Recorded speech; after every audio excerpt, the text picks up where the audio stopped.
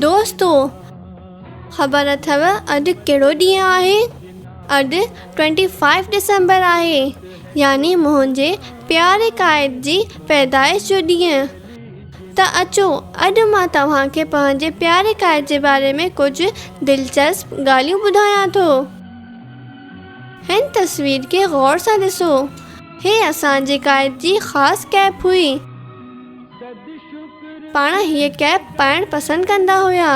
हिन कैप खे जिना कैप चयो वेंदो आहे। क़ाइद आज़म रीडिंग जे लाइ मोनोकल इस्तेमालु कंदो हुयो। मोनोकल असल में हिकु शीशे वारो चश्मो हूंदो आहे।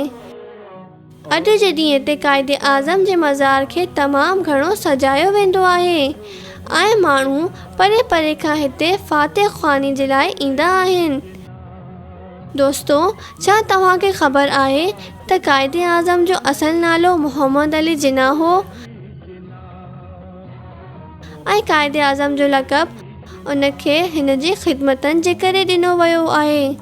तव्हांखे बाबा क़ौम या फादर ऑफ नेशन या फादर ऑफ द नेशन जे नाले सां यादि कयो वेंदो आहे। पाकिस्तान ठहण खां पोइ क़ाइद पाकिस्तान जे फर्स्ट गवर्नर जनरल जो उहिदो संभालियो।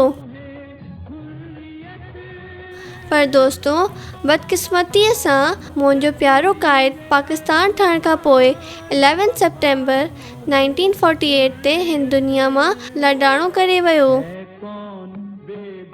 असां पंहिंजे क़ाइद जा शुक्रगुज़ार आहियूं त उन जे अणथक महिनत ऐं बेमिसाल क़यादत जे करे असांखे असांजो प्यारो वतन पाकिस्तान नसीब थियो। दोस्तों, क़ाइद जो पैगाम असां सभई पाकिस्ताननि जे लाइ यूनिटी, फेथ ऐं डिसिप्लिन यानी ईमान, तंज़ीम ऐं यकीन मुहकम आहे। थोरो सोचियो त असां हिननि उसूलनि ते अमल करे कहिड़ी तरह पाकिस्तान खे तरक़ी में पंहिंजो किरदारु अदा करे सघूं था।